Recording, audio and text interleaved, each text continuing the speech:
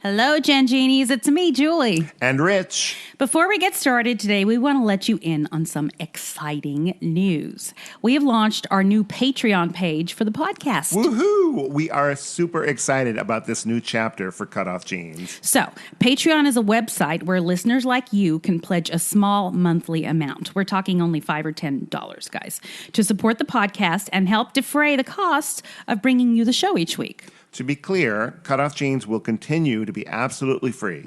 But to thank you for your support, we are going to offer our patrons some fun little extras. Like early access to the podcast every week, where you'll get to hear the latest episode before it's released to the general public. And why not make your friends jealous with exclusive patron-only CutOff Genes swag? Fancy.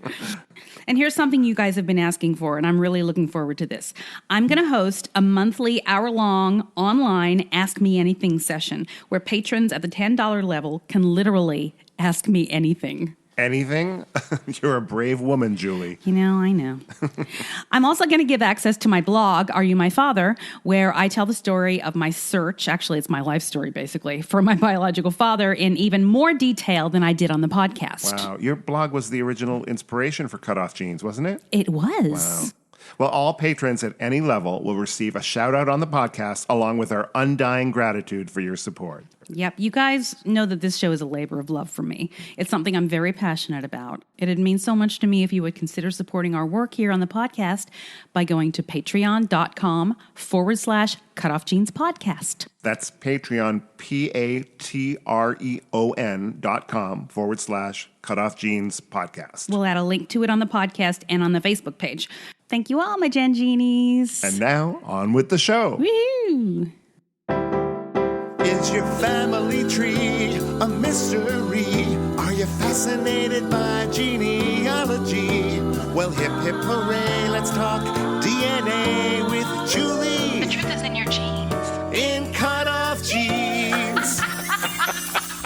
Welcome to CutOff Genes, the podcast that helps you find your truth using nothing but DNA. I'm Julie Dixon Jackson, and I'm a genetic genealogist, henceforth known as a Gen Genie.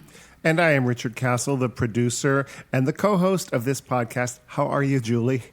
Oh my gosh, I'm fine. How are you?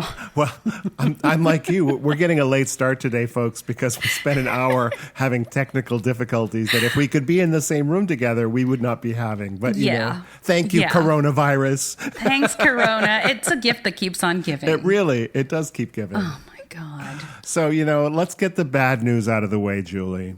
Someone you and I know and love has left us, Dina Stripesand. Oh, no! She has met her demise. No! Yes, and for listeners who don't know, Dina Stripesand was the name of the plant on my desk that we bought, and we had everybody name her, and what I feared has come true. I'm known for killing plants. I don't think I gave Dina Stripesand enough water. I mean, how difficult is it? I shouldn't have taken her at her word when she told me, don't rain on my parade. Oh, yeah. That's nice. That's a good piece of business, Julie, right there. As much as I wanted her to remain evergreen, I have to remember her the way we were. It was very sad, though, because I did everything I could to save her. But finally, I had to say, no more tears. Enough is enough. What kind of fool? Oh, you spent way too much time doing this. I can't think of a single Barbra Streisand song right now. Julie, this is why I can't have nice things. I kill them, Yeah. So from now, anyone who wants to give me a gift, don't bring me flowers. Or love songs, really. Fine. Oh, well, Julie. I'm disappointed for poor Dina Stripesand. But, worse things are happening in the world right now. I have a new plant on the desk. She's already been supplanted. Anywho, I feel bad that I did not take care of her well enough, and now I'm being super, mothering this new plant so that it will live. Sure. Live!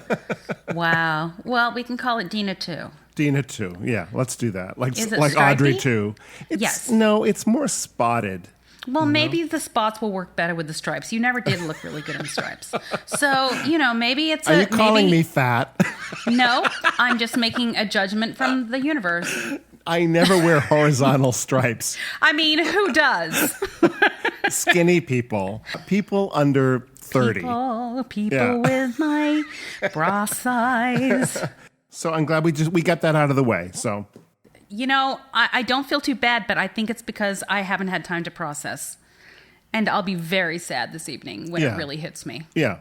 In the dark of the night, you'll wake up thinking of her. Night. You'll wake up and go, "Oh my God, poor Dina." Yeah, I will. Oh, well, I know. Jeez Louise. What's going on in your life, Julie?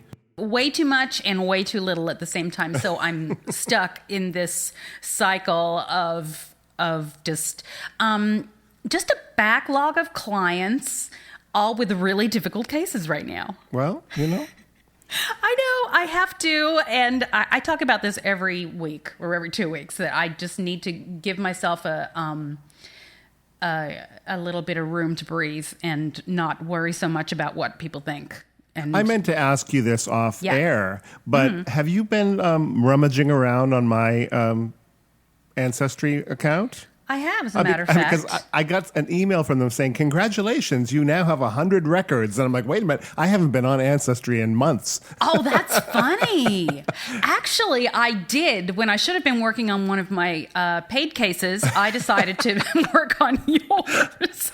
Well, because I was listening. You were mentioned a couple weeks ago about your grandmother, Mince. Yes. And you thought that maybe they thought they were called Mince because they came from Minsk? Yes. So I wanted to look into that. Yes. Actually. And I frankly did not get the answer. I'm going to open that right now because I wanted to show you something from it. Something that I did discover, which is, I don't know, maybe semi-interesting to you. We'll see. Again, this whole thing from Minsk was like I think my mother supposed this. I don't believe there's any evidence of it, or there was ever any. Yeah, I don't see any evidence of it either. Here's the brilliance that I uncovered. Okay, so what was your maternal grandmother's name? It was Tessie Mintz. Yes, it was Tessie Mintz. Yes. Is that the only name you ever knew her by? Well, I mean, she was born Bessie. Oh, but she dang it. That changed was her what I name. was going to tell you. Oh, yeah. She was born Bessie, and she didn't like it. She hated Bessie. So she changed it to Tessie. Like, if you're going to change it. I could have told you that. That's like, I don't like Richard, so I'm going to call myself Bitchard. It's not that different, Tessie is a cuter name than Bessie. I guess, but like if Bessie I was is a cow, Tessie is a stripper.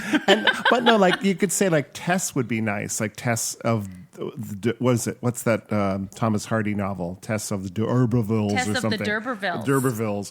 Yeah, well, and that's what I came up with too. Although in the 1930 census they called her Lessie. Oh well, that's just a mistake. That's just because no one ever called her Lessie. Yes, I think it was just a typo. Wait, let me look at. I can look at the handwriting and see if they were hard at hearing or had poor penmanship. Well, that's the hard thing is like when I go on there and I click on one of those shaky leaves, it brings me to something, and then when I click on it, it says, "Oh, why did you join Ancestry in order to see this?" And I'm like, "Oh God." Yeah. And that's the beauty of me working on this for you. Yes, because you don't have to. Yeah, they've got it, Lessie. That looks like an L to me. Yeah. Yeah. Well, it's wrong. I mean, it's obviously maybe she was somewhere between Bessie and Tessie. Maybe she was just trying it out. She was going through the alphabet. The next one was Messy. She was going after L. Lessie, that would have Messy, stuck with me. Nessie. Did you know that she was 4 years older than your grandfather? You know what? I don't know that I knew that, but she lived a lot longer than he did.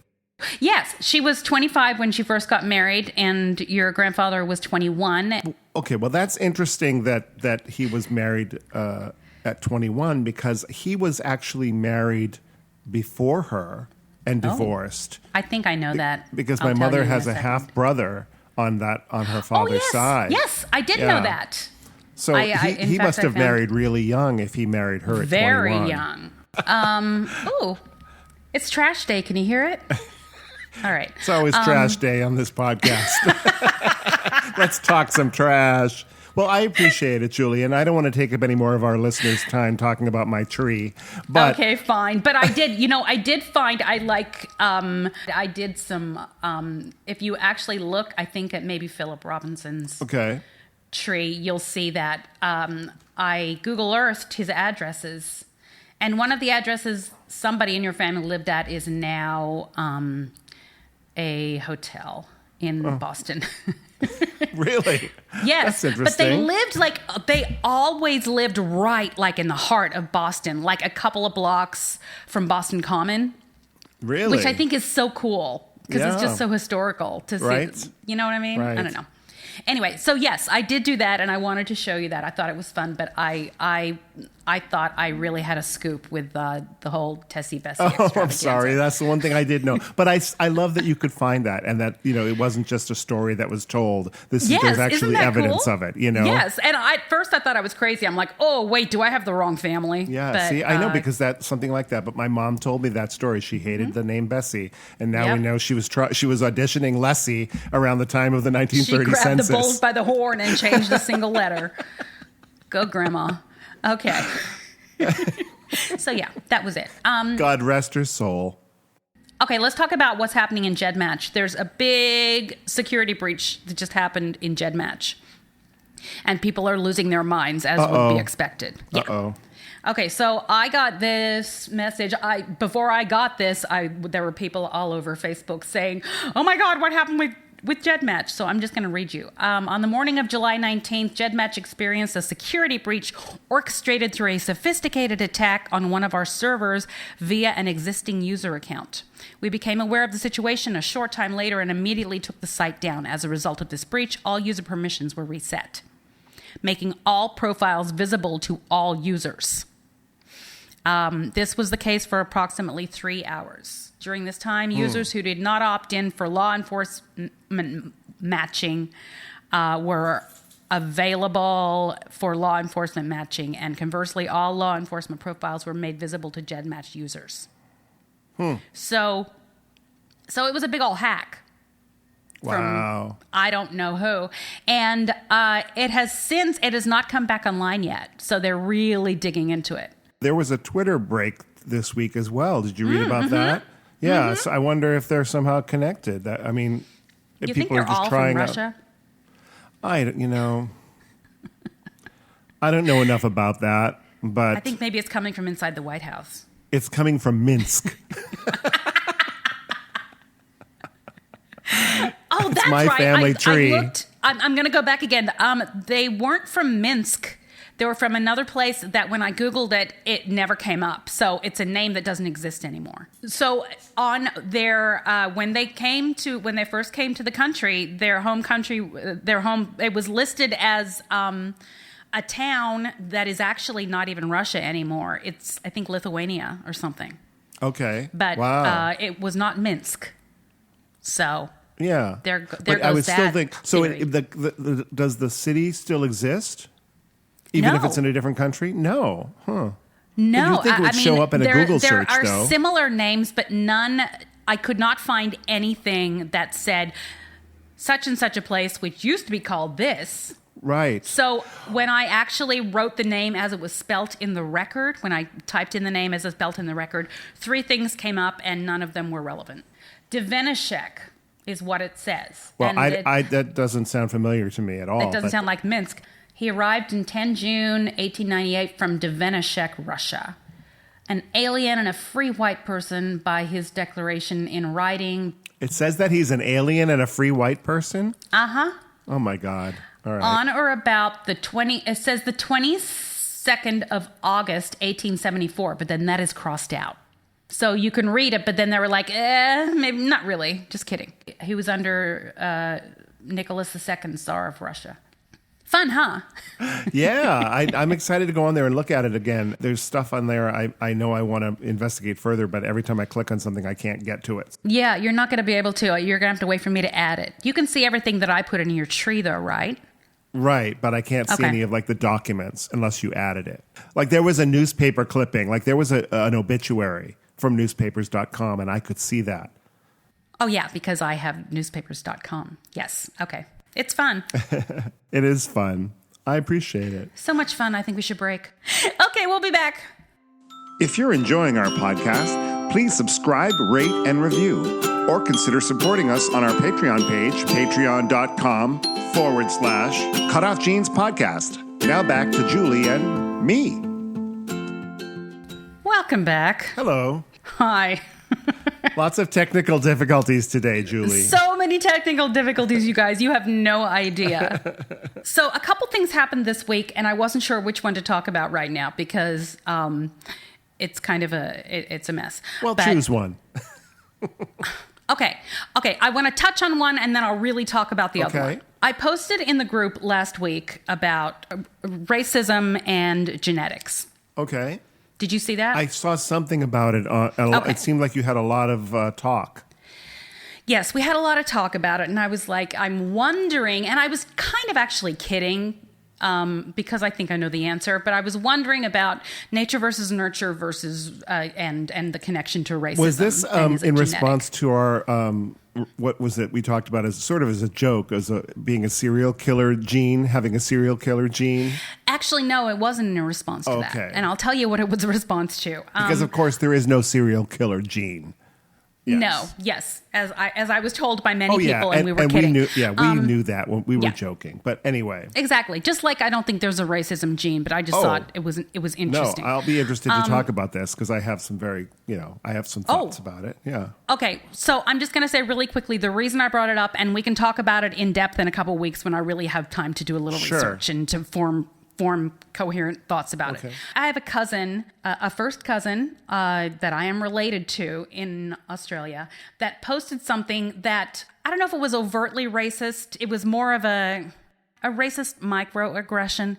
And I found it offensive, of course, immediately when I looked at it. And I clicked on it to see where it came from. And it clearly came from some kind of a far-right bot type account that was trying to race bait and talk about, well, look, see, as many black people kill white people, so why, it was offensive. And I was like, And then I noticed a friend of hers posted, so all lives matter, right? Time we brought racism back. No, time we brought slavery back. Oh, my God. They actually wrote that. Oh, my God. Are you kidding me? And the worst part of that was that she did a laugh emoji after it.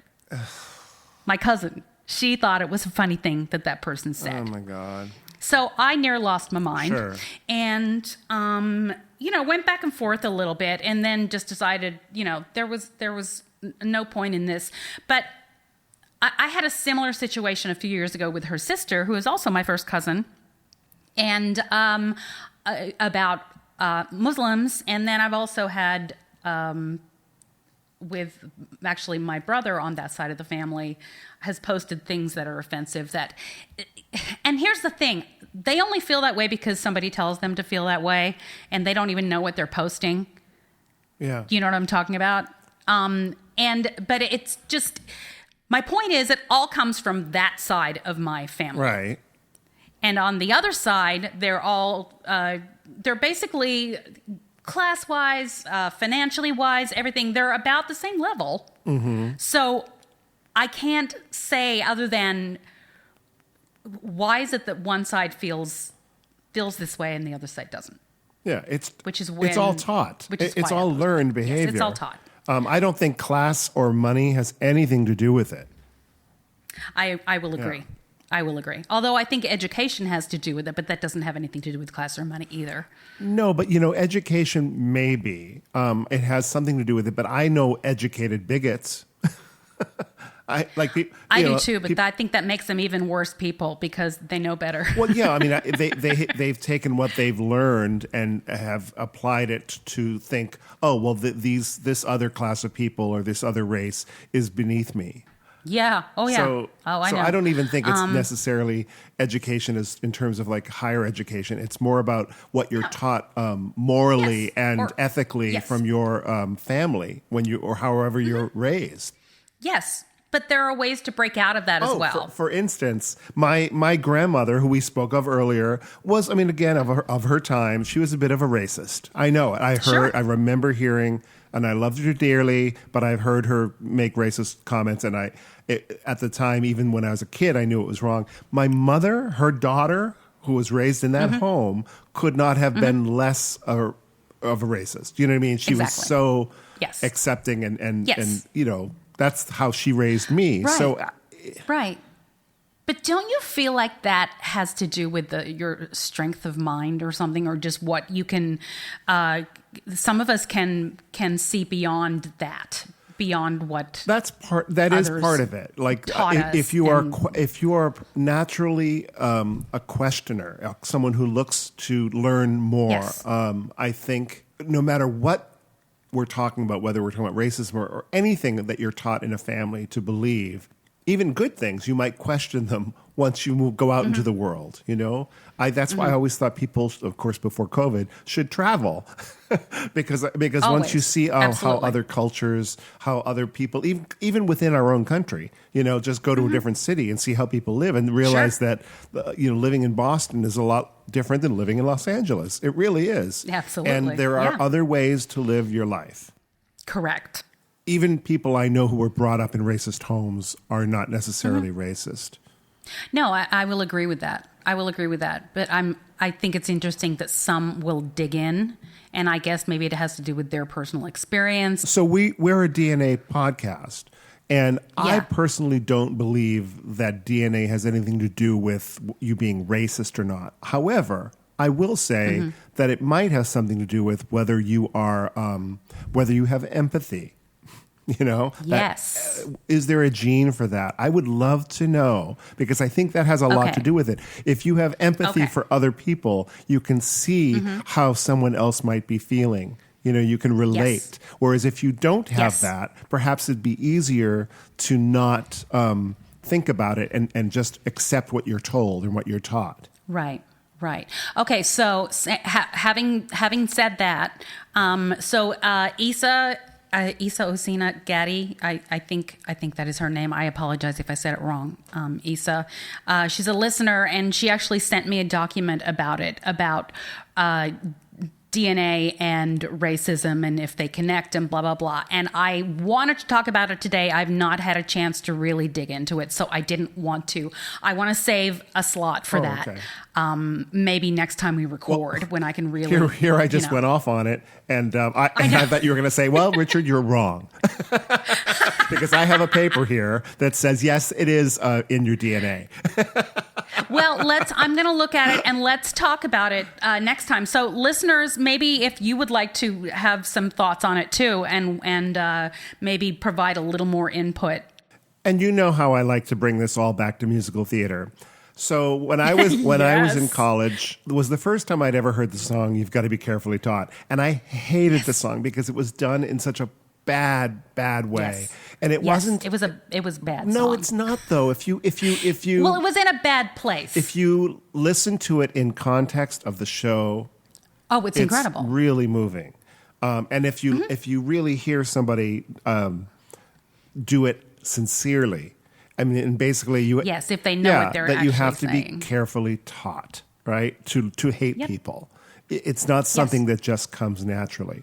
Although I will say that I think it is natural when you are brought up to only see one thing, and then suddenly something else appears to you that it seems foreign, right? And whether you accept that as like scary or like, oh, how cool, then that might have something to do with your personality. If you've brought up in a world of white people, and the first time you see someone who's not white, you run from them because you're scared, or do you go, oh my God, like I've never seen this before. I want to know more about it. How do you react to that? Gosh, I have so much to say about this. Well, let's talk about this in a couple weeks. Well, you know how I feel. Yes. Yeah, I think we know how I feel too. But I think there's so much more to talk about regarding it, especially We'll put a pin in it. Put a pin in it, everyone. All right. So really quickly, I have to talk about this. So AncestryDNA has just made an announcement that there are going to be new changes to the DNA match list. What does that mean? Okay. So I'm going to hit on this. I got this from Blaine Bettinger because he does some little aside thoughts about it that help. So this is what they said. The AncestryDNA database has hit 18 million test takers, which is very good to know and a good thing, and that is why I ask everybody to test at Ancestry. There are significant changes coming to our DNA match list. The announcement started to appear on the DNA match list page yesterday, which I see every time I log in, and it keeps popping up, and I wish it would stop. All right, so the changes to the DNA match list comprise the following. The number of shared segments should improve. The DNA you share with a match is distributed across segments. We've talked about this before, short segments and long segments, and some a combination of both. The updated matching algorithm may reduce the estimated number of segments you share with some of your DNA matches. It doesn't change the estimated total of shared DNA, measured centimorgans, or the predicted relationship to your matches. In Genetic Genealogy Tips and Techniques, which is the page that Blaine Bettinger runs, they've noted that the number of shared segments is usually inflated. For example, he shares 44 and 49 segments with his parents when in fact it should actually be 23. I see. It'll be interesting to see if the number is 23 after the update. So the length of the longest shared segment will be provided as opposed to that plus the smaller segments. Okay. So it will be supposedly more accurate. Okay. Yes. Let me see. Sounds like a good thing. The link. Yes.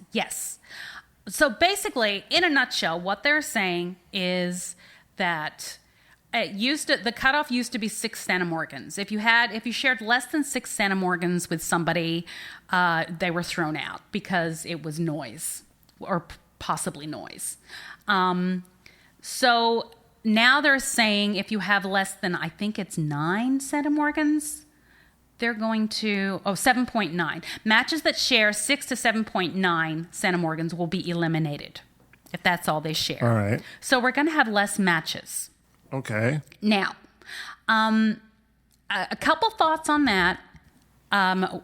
One is that I went to my through lines and looked at, that is the Ancestry algorithm that shows you people that you share any DNA with that appears you may share a specific ancestor based by what's in both your trees or somebody else's trees that you're both connected to. And some of my very low matches, not as low as 6, but I have some under 10 centimorgan matches that I can absolutely see where we connect way, way, way back. So that is not to say that all small matches are noise at all, because I can see exactly where we fit. I could also see the benefit of having some of those gone so that it would clean up your tree a little bit, so rather to take away the batches that are so minuscule. But I think then that should be an option that when you want to see everything, like maybe you should be able to cut it off. Like, I don't want to see anything under 10 centimorgans. Yeah, that's a good idea. There is a way that you can do it, actually, that you can make it so those don't go away, but there's work that has to be done. I see. So really quickly, I'll tell you what he suggests that we do. He's regardless of the known issues with matches that range 6 to 7.9. I know that people want and will continue to use the genealogical data that is currently among some of these matches, such as common ancestor hints or through lines. You can retain matches in this range by doing one of these 4 actions. 1, add a note to the in the match note field. You can add a note just to that match, and that will stop it from being eliminated. You can add them to a custom group using the dot system.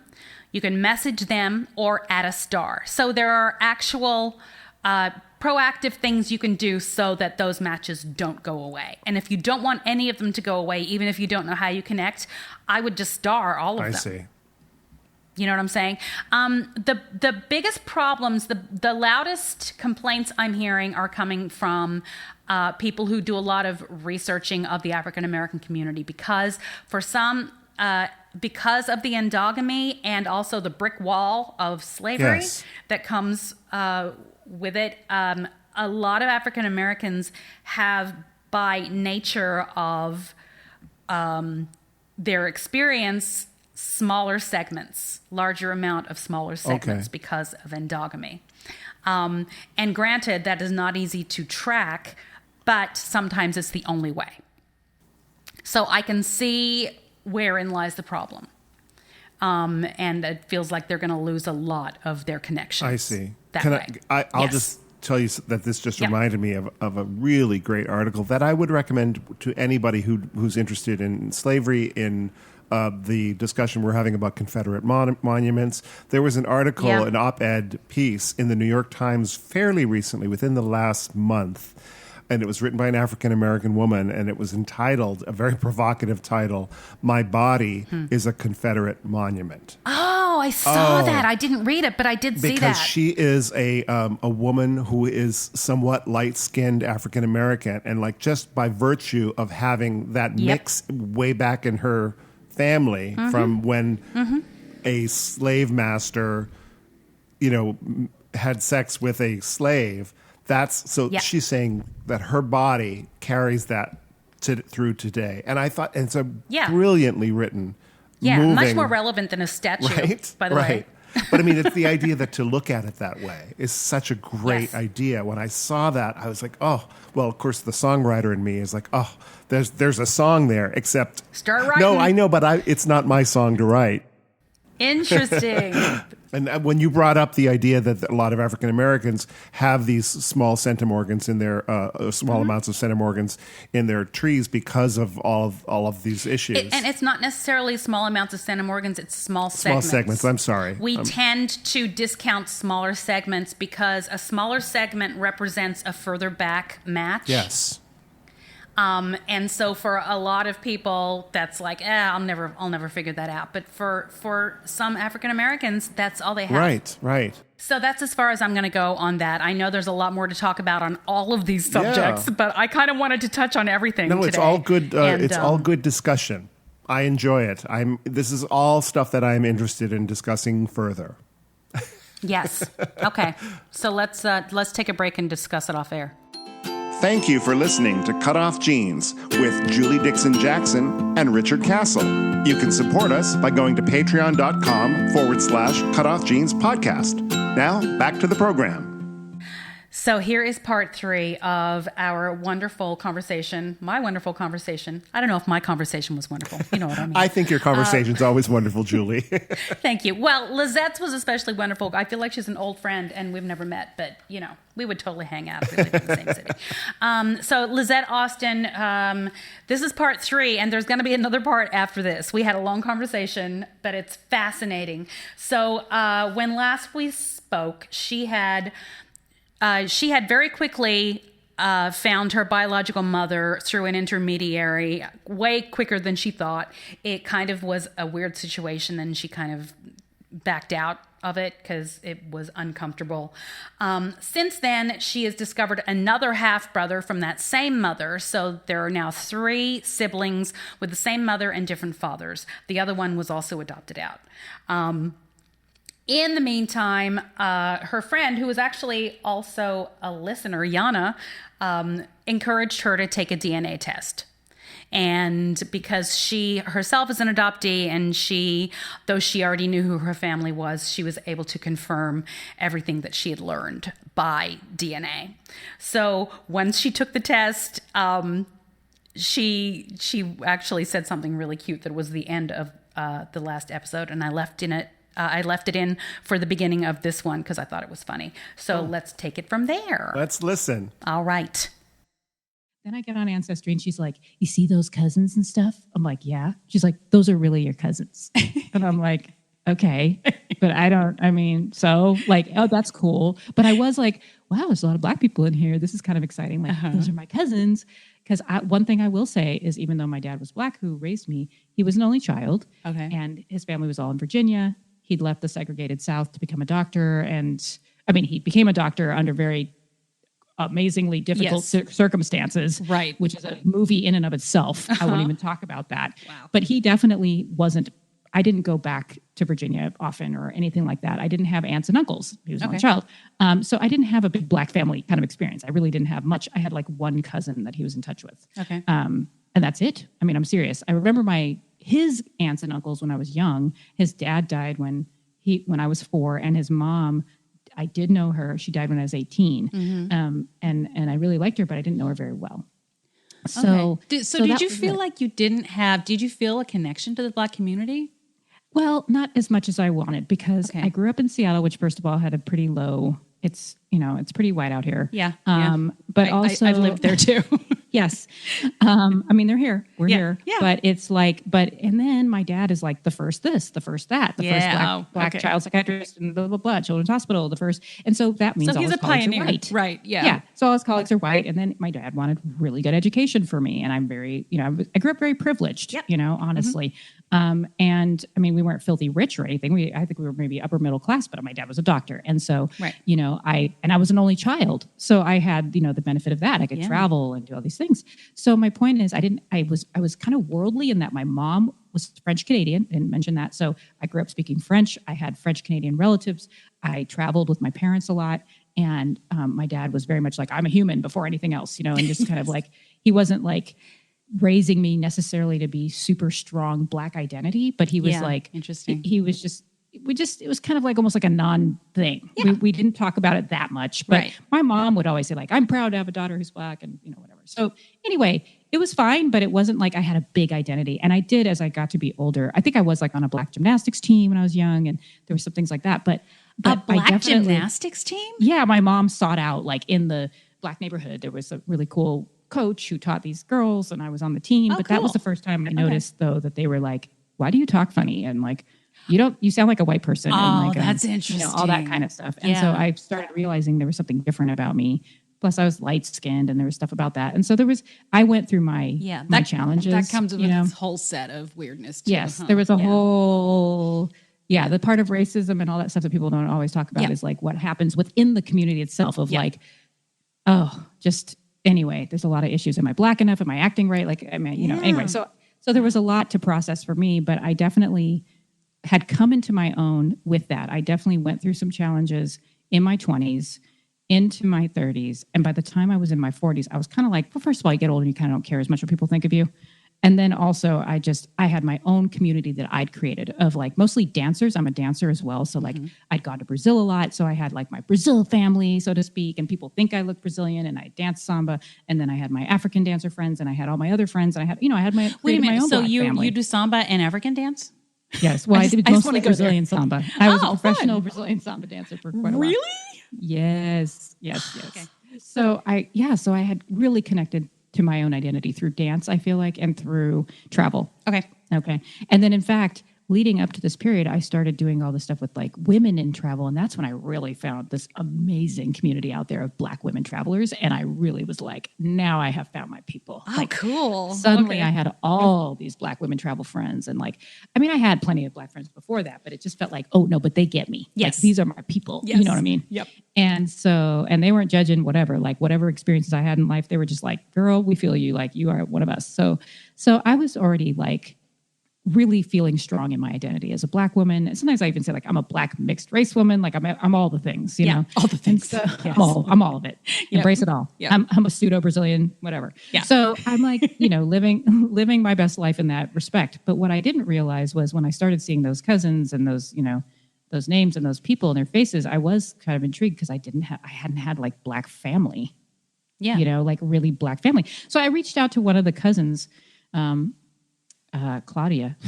Claudia is so great. We could not figure out. So my friend, and I am going to say her name. Okay. My friend Yana and I were like, she would call me and she'd be like, why aren't you pinging this person? And why aren't you pinging that person? Why aren't you writing them a message? So I finally did start writing messages, and not everybody would get back to me, as you know. Claudia answers, however, and she's really sweet, and she lives in Paris, Texas, and she's like, trying to figure out how we might be related. Of course, I don't know any of the stuff about, later I listen to your podcast and get tips that I wish I would have had. But I just say things like, yeah, I'm adopted. I have no idea. And she's like, we can figure this out. So we try, can't figure it out. I mean, like a long time, like a year of trying to understand How close it. of a match was she? Oh, yeah. Good question. She was my closest match at 372 centimorgans. So she's the first cousin once removed. Right. Thank you. In sorry. fact, that is what she is. Actually, a little bit. She's a first half cousin once removed, we think. But anyway. okay. So the point is, she ended up. It was a dead end. We couldn't figure it out. All right. And back then we didn't know what we were doing. I mean, at all. Of course. Yeah. Yeah. but that's not true. Yana was building trees. Yana is the tree. She was like the tree goddess. I didn't have time.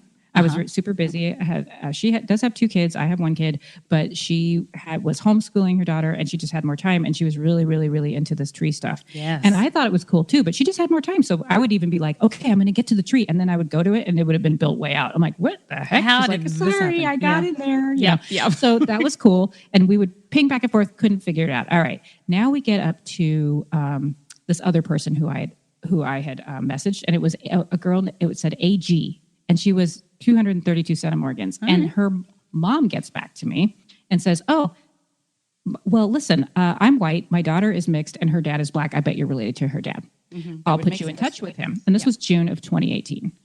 So 2 years ago. Mm-hmm. And I said, okay. So he does agree to talk to me. And I talked to him, and he's like, oh, and by the way, can I tell you, I'm not officially trying to find anybody at this point. I don't even know what I'm doing. I'm just doing this because my friend said, contact these people.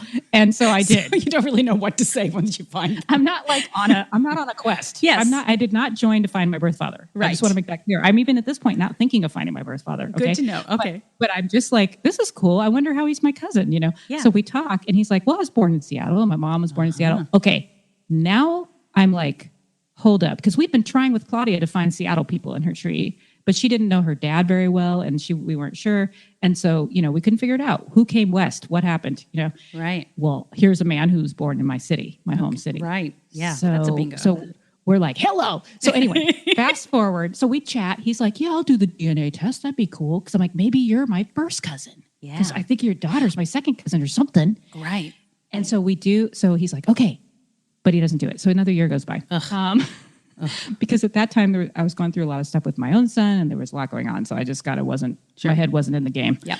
But then because of Yana, once again, she had sent me some adoptee information because she was processing a lot of her own stuff with her reunion and different relationships that she was having. And she found a really interesting video that she sent me about kind of the impact of a relinquishment.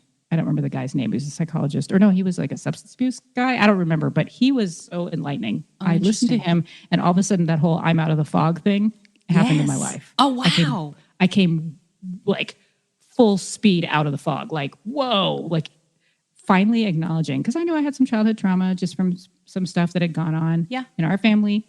But all of a sudden, it was like someone was reading my mail. All the issues, even the drinking, all the stuff. It was like, oh my God, the relinquishment might have mattered.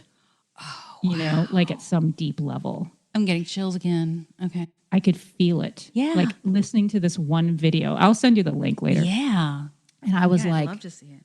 I was like, okay. And I start listening to podcasts. I start listening to Adoptees On. Mm-hmm. I start listening to a bunch of other ones. I start reading a book. I don't remember which one.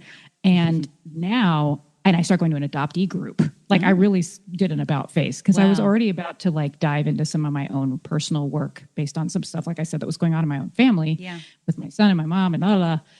And all of a sudden I'm like, wait, if I'm going to look at trauma, the unresolved trauma, I need to include this one. Yeah. So I dive in, and that leads to a conversation at a support group where they're like, well, why don't you just buy a kit and send it to that guy? Because, he never did that. I'm like, yeah, he never did I have done that so many times. So I'm like, oh, yeah, I think I will. So I do. And he does it. He submits his DNA, and he comes back a first cousin. Oh. So I'm like, holy Toledo. Yeah, that's now. Good. And for the first time, he says to me, I don't know why before he didn't really understand. He's like, wait, you don't know who your birth father is. I'm like, yeah, I told you that at the beginning. Yes. But he just didn't hear it. People don't hear that. They don't get it. And they're always like, well, so what's your dad's name? I'm like, I don't know. Yeah, I was like, no, I literally know nothing. Yeah. And he had gone through his own journey and he was kind of partially adopted himself, whatever. So he was like, okay, let's do this. And so I'd say it was like August or September of last year. He's like, suddenly he is on point. I mean, he's like ahead of me. He's like, we're going to find your father. I'm like, we are. Oh my God, we're going to find my father. I love it. And so we're like, we're doing this. You know, we got really excited. And he's like, what you're going to do is I'm going to put you in touch with my mom. She lives in Seattle. Because I'm like, right, we got to figure out which side. Okay. Yeah.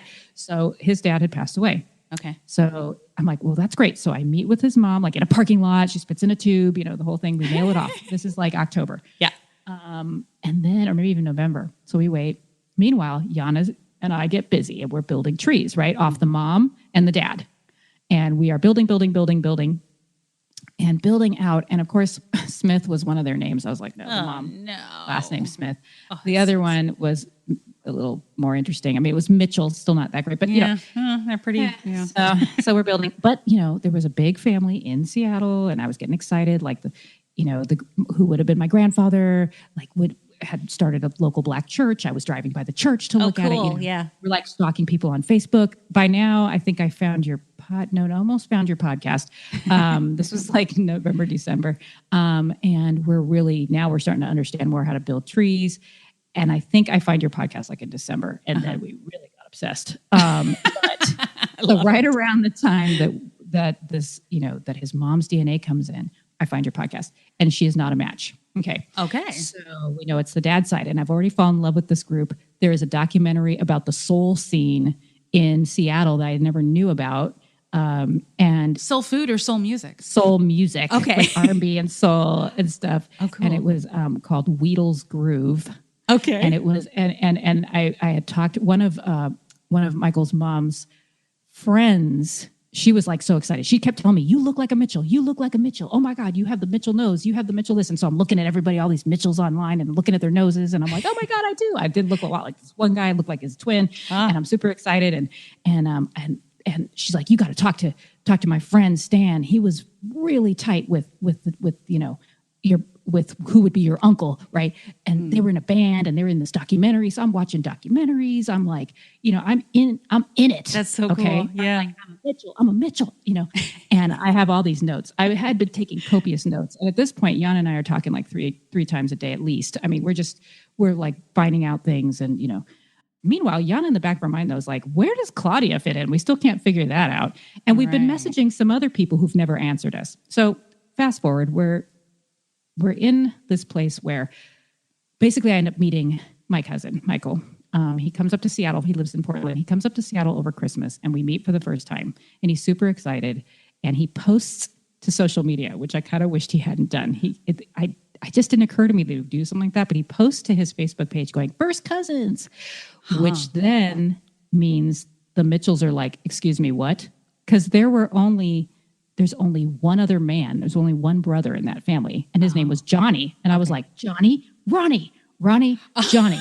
Oh my God. It rhymes. Yeah. It's got to be him. Yeah. Okay. Well, his daughter basically contacts me. And I'm like, this is so backwards from how I want this to happen. I wanted to write a letter. Now I'm listening to your thing. But now I'm like, are you kidding me? The daughter is contacting me going, who are you? Basically. And because when he posted that, like a bunch of the Mitchell women were around at having a brunch and they were all like, which cousin, they ask him on the internet. I mean, like, which cousin talking about it? Like, which side of the family, your mom's or our side? And he's like, your side. He's just like not even holding back. So they're like, everybody looks at Johnny's daughter, basically, is how it went, apparently, because there's only one man in the family. Brother, right. So I'm like, oh my God, this is a nightmare. Okay. So I write to her. She's kind of pings me. I write to her. We meet for dinner. Now it's early January. We're having dinner. And during the conversation, we realize, so my cousin was one of 11 children, all different moms by this man who would have been my uncle, right? Wow. Okay. And they were all raised different. They didn't all know each other till later. He had basically when I first talked to Michael, he's like, yeah, my dad was, kind of like a pimp. Prolific.